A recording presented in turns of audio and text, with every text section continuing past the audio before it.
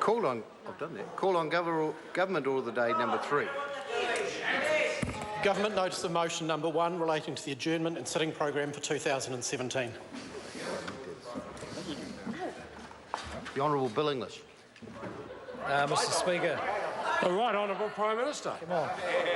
That's what we like.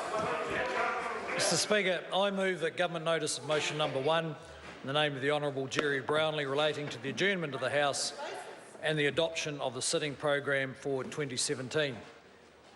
Mr Speaker, this Parliament has achieved an awful lot this year, and I want to acknowledge first the MPs in this House who leave their homes and their families every week to come here with one purpose in mind, to make New Zealand an even better place to live, to work and raise a family, and also acknowledge those families who put up with the demands of the jobs and sometimes the unwarranted opinions of the public.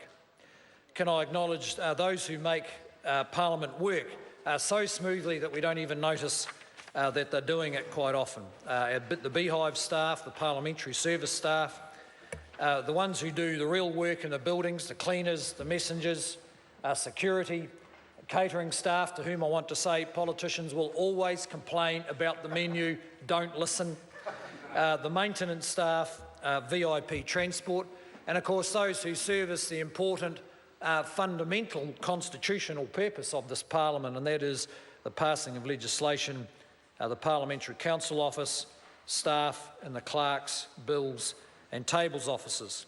And Mr Speaker, I also want to acknowledge my colleagues who have taken part in an historic set of events over the last couple of weeks, and that is the resignation of for the first time in perhaps 100 years, of a popular, successful Prime Minister, and the transition to new leadership.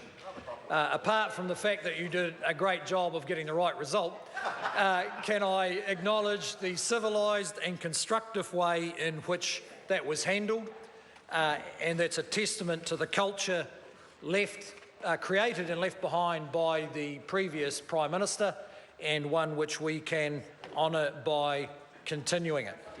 Mr Speaker, can also acknowledge our coalition partners. People forget, because this government makes it look relatively easy, it isn't, that we have to get votes for every piece of legislation that goes through this House.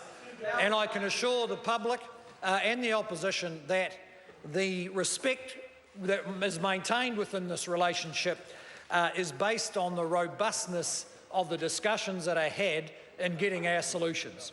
And the Multi-Party Act and United Future have played a critical role in stable government, and the stability of that collective was so ably demonstrated just in the last week or so.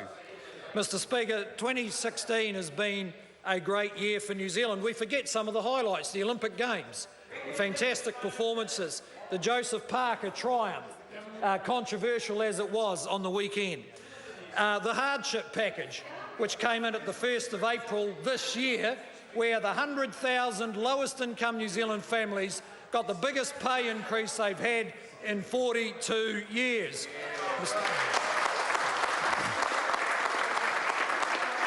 Mr Speaker, and some others of maybe lesser note.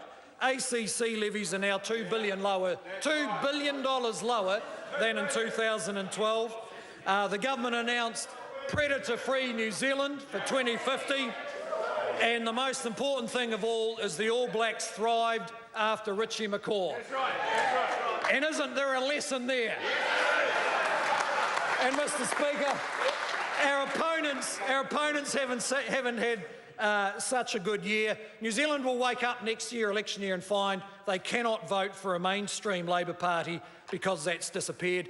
It's not that their ideas aren't progressive or dangerous. What we need to protect this country from is the bland, awful nothingness of the current Labor Party.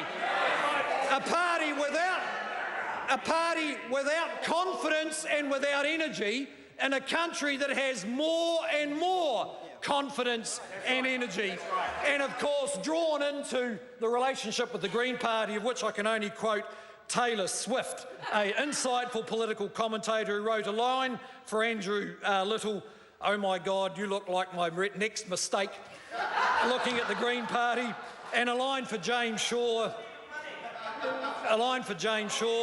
"I'm a nightmare dressed up as a daydream." So, Mr Speaker, on the basis of Taylor Swift's insightful commentary, Merry Christmas to the opposition.